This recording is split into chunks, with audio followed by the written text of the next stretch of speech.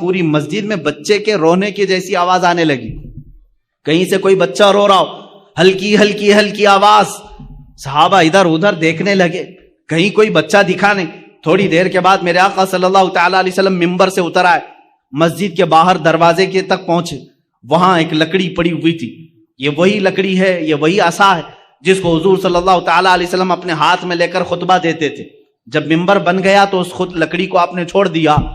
حضور صلی اللہ تعالی علیہ وسلم اس لکڑی کو اٹھاتے ہیں، اپنے سینے سے لگایا، اپنے کانوں کے پاس لگایا اور پھر اس کو پکڑ کر کے خطبے کے لیے تشریف لائے. صحابہ نے پوچھا بیچ خطبے میں آپ اترے، لکڑی کو اٹھایا، یہ کیا معاملہ ہے؟ حضور فرماتے ہیں تم نے جو رونے کی آواز سنی وہ اسی لکڑی کی رونے کی آواز تھی. یہ لکڑی میرے جدائی کے غم میں رو رہی تھی. جب تک میں اس کو ہاتھوں میں رکھتا تھا یہ خوش تھی، سارے لکڑیوں پر فخر کرتی تھی، اور جب میں نے اسے چھوڑ دیا تو یہ سسکنے لگی، رونے لگی، بلکنے لگی، اور اس کا رونا مجھ سے دیکھا نہ گیا. میں خطبہ چھوڑ کر ممبر سے اتر آیا، میں نے اس کو ہاتھوں میں اٹھایا، یہ مجھ سے کہنے لگی اے اللہ کے رسول، آپ نے مجھے اپنے ہاتھوں میں رکھ کر کے عزت سے نوازا تھا، میں دوسروں پر فخر کرتی، آقا مجھے ہمیشہ اپنے ساتھ رکھیں. میں نے اس کو اپنے ساتھ رکھنے کی بات کہی، یہ لکڑی خاموش ہو گئی.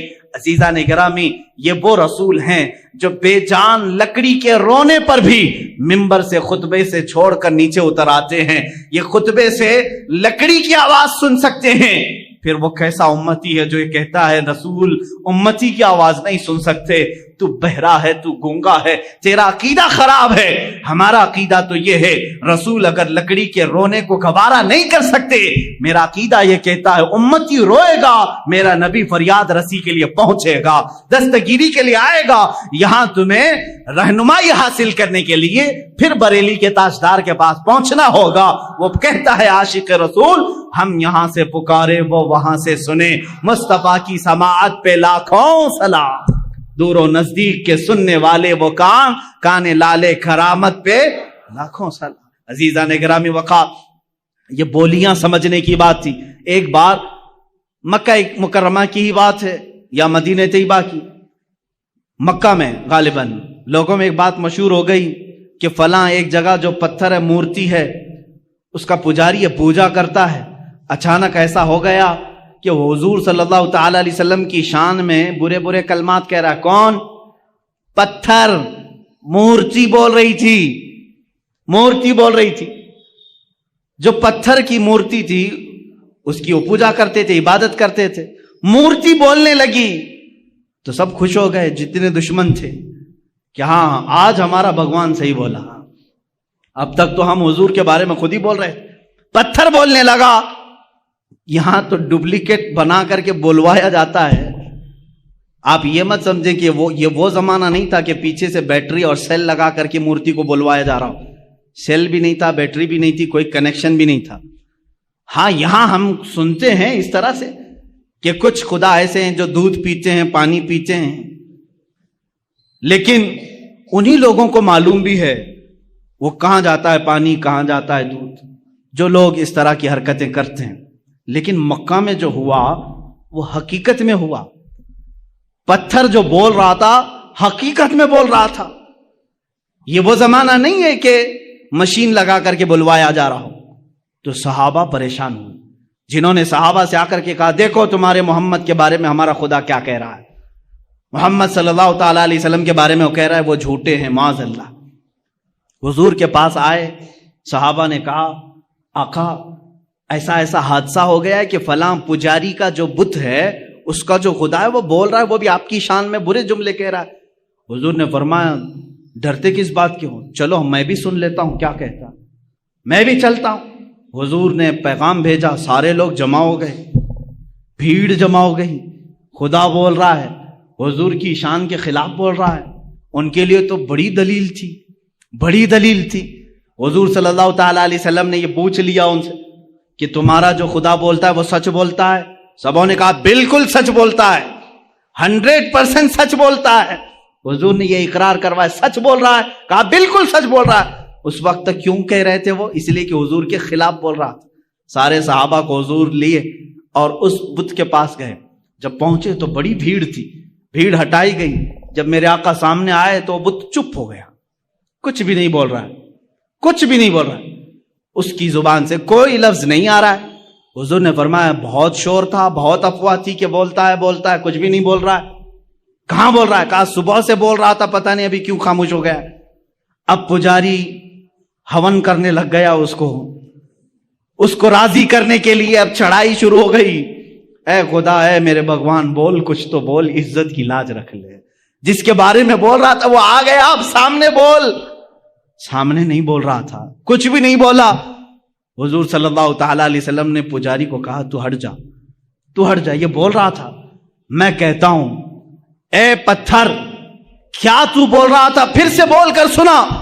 حضور کا حکم ہوا، پتھر کی زبان سے آواز آنے لگی، اشہد ان لا الہ الا اللہ، اشہد ان محمدن رسول اللہ. میں گواہی دیتا ہوں کہ اللہ کے سوا کوئی معبود نہیں، میں گواہی دیتا ہوں کہ محمد اللہ کے رسول ہیں صلی اللہ تعالی علیہ وسلم. جیسے ہی آپ نے یہ سنا، آپ نے ارشاد فرمایا لوگو، تم نے کہا تھا تمہارا خدا 100% سچ بولتا ہے، سچ بولتا ہے، اب اس کی بات پر عمل کر لے جاؤ. لیکن غصے کے مارے اس بت کو انہوں نے توڑ دیا، مار دیا، ٹکڑے کر دیا. اب ہم دوسرا بنائیں گے. یہ نہیں چاہیے، یہ نہیں چاہیے. یہ گمراہ ہو گیا. کون گمراہ ہوا؟ خدا گمراہ ہو گیا. یہ نہیں چاہیے. یہ حضور کی بات کر رہا ہے، دوسرا چاہیے. یہ ہے جب کسی کے دل پر مہر لگ جائے وہ حقیقت کو نہیں سمجھتا. عزیزان گرامی اوقار، حضور پاک صلی اللہ تعالی علیہ وسلم نے بلوایا کس کو؟ پرندوں کو، جانوروں کو نہیں، پتھروں کو بھی. سلیمان علیہ السلام کی فضیلت اپنی جگہ پر کہ ان کو پرندوں کی بولیاں سکھائی گئی، مگر میرے مصطفیٰ صلی اللہ تعالی علیہ وسلم تو پتھروں اور لکڑیوں کی بھی زبان جانتے تھے، لکڑیوں کی بھی زبان جانتے تھے. اب آئیں حضور پاک صلی اللہ تعالی علیہ وسلم کے کمالات کے اعتبار سے دو چیزیں کہہ کر کے میں اپنی گفتگو کو سمیٹتا ہوں. یقیناً صبر ایوب کی جب بات آتی ہے اس کا مثل کوئی نہیں. ایوب علیہ السلام نے کمال کا صبر کیا ہے، اور صبر کا جب نام آتا ہے تو ایوب علیہ السلام کا نام ساتھ میں آتا ہے. آپ نے بارہا سنا ہوگا، اللہ تعالیٰ نے آپ کو آزمائش میں رکھا. اللہ تبارک و تعالیٰ نے سیدنا ایوب علیہ السلام کو ایسا نہیں کہ شروع سے بیماری میں رکھا، شروع سے ساری نعمتیں نکال لی. نہیں، ایوب علیہ السلام بڑے مالدار تھے، بہت اولاد والے تھے، کافی بیویاں آپ کی تھیں، 16 یا 27 بیویاں آپ کی کتاب میں شمار کی گئیں. کئی اولاد آپ کی تھی، مویشی تھے، جانور تھے، جائیدادیں تھی، باغیچے تھے، بہت کچھ تھا آپ کے پاس. لیکن ایک بار اللہ تعالیٰ نے آزمائش کا حکم دیا، اب آزمایا جائے. پھر ان کے ایک ایک چیزیں غائب کی گئیں، ضائع کی گئیں. ان کے جانور مرے، ان کی اولاد کا انتقال ہوا، ان کی بیویاں فوت ہوئیں، باغیچے ہلاک ہو گئے، جائیدادیں ختم ہو گئی، حتیٰ کہ آپ کے جسم پاک میں بھی بیماری ڈال دی گئی. بہت تیز بخار آپ کو رہتا، یہاں تک کہ آپ کا جسم گل چکا تھا. اتنی شدت کا بخار آپ کو دیا گیا، لیکن اس وقت تک آپ صبر کرتے رہے، صبر کرتے رہے. صبر میں آپ ہی کا تو نام لیا جاتا ہے، لیکن میرے عزیزو وہ صبر ان کا معجزہ تھا. لیکن میرے آقا صلی اللہ علیہ وسلم کی زندگی پاک کو اگر میں بتاؤں، مصطفیٰ کریم صلی اللہ تعالی علیہ وسلم وہ ذات ہے جب وہ دنیا میں تشریف لانے والے ہیں، دنیا میں ان کے آمد سے 6 ماہ پہلے ہی ان کے والد کا وصال ہو چکا ہے، انتقال پہلے ہی ہے. آپ میں سے سب کے باپ ہوں گے یا ماں ہوں گی. والدین کا سایہ کتنی اہمیت رکھتا ہے جانتے ہیں آپ؟